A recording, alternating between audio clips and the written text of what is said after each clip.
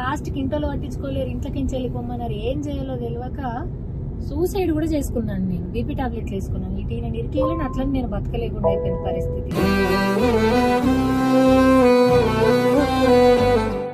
ఇక అప్పుడు మా అమ్మ ఇంట్లోకించి వెళ్ళగొట్టేసింది అనమాట. అప్పుడు మా అమ్మమ్మ కొన్ని రోజులు ఉంచుకుంది. అప్పుడు మా మామలందరూ కూడా ఎందుకు ఉంచుకుంటున్న వాళ్ళ అమ్మని అద్దన్నప్పుడు ఇట్లా అన్నారు. ఈ రోజు మీరు వీడియో చూసి మాట్లాడుకోవచ్చు కాక, బట్ అదే నిజం. సో అట్లా నన్ను తిట్టినోళ్ళు, నన్ను కొట్టినోళ్ళు, నా గురించి మాట్లాడిన వాళ్ళు, మా అమ్మ గురించి మాట్లాడిన వాళ్ళు అందరూ ఉన్నారు. మీరు చూసుకుంటే బాగుండేది. అప్పుడు ఇప్పుడు నేను మాట్లాడదలుచుకోలేదు. Okay, so thanks for that. మీరు అట్లా ఉండబట్టికే నేను ఇంత స్ట్రాంగ్ ఉన్నా. అందరికి మాట్లాడతలేమని చెప్పి మేము మాట్లాడాం.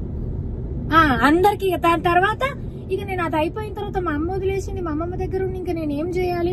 అప్పుడు నాకు అట్లా ఫోన్ చేయకు, మాట్లాడకంటే కూడా ఏం కాదు, మనం ఇద్దరం పెళ్లి చేసుకుందాం, అప్పుడే పెళ్లి చేస్తాను. పెళ్లి ఎట్లా చేస్తారు? హైదరాబాద్ చూడలేదు నేను అప్పటిదాకా. ఎట్లా పోయి బతుకుతాం? ఏంది వద్దు, నువ్వు మంచిగా చదువుకో, మీ మమ్మీ డాడీ కష్టపడి చదివిస్తున్నారు, చదువుకో అని పెద్ద మదర్ తెరిసా లెక్క బిల్డప్ ఇచ్చినాను అనమాట. ఇక దాని తర్వాత అందరు నూకేసిన తర్వాత వేరే ఆప్షన్ లేకపోతే రోజుకు ఒకటే పూట తింటుంది. అసలు ఏందో అసలు ఎట్లున్నానో నాకే తెలియదు. అవన్నీ నేనేనా దాటింది అని అనిపిస్తుంది. మా ఆయన నువ్వు జీవితంలో పడాల్సిన కష్టాలను పడ్డవి ఇంకా పడమంటాడు, కానీ పడుతూనే ఉన్నా. మరి ఏందో తెలియదు. లైఫ్ ఇక సర్కిల్, కొంచెం దుఃఖం కొంచెం సుఖం, కొంచెం దుఃఖం కొంచెం సుఖం, అట్లా నడుస్తూ ఉంటది అనమాట.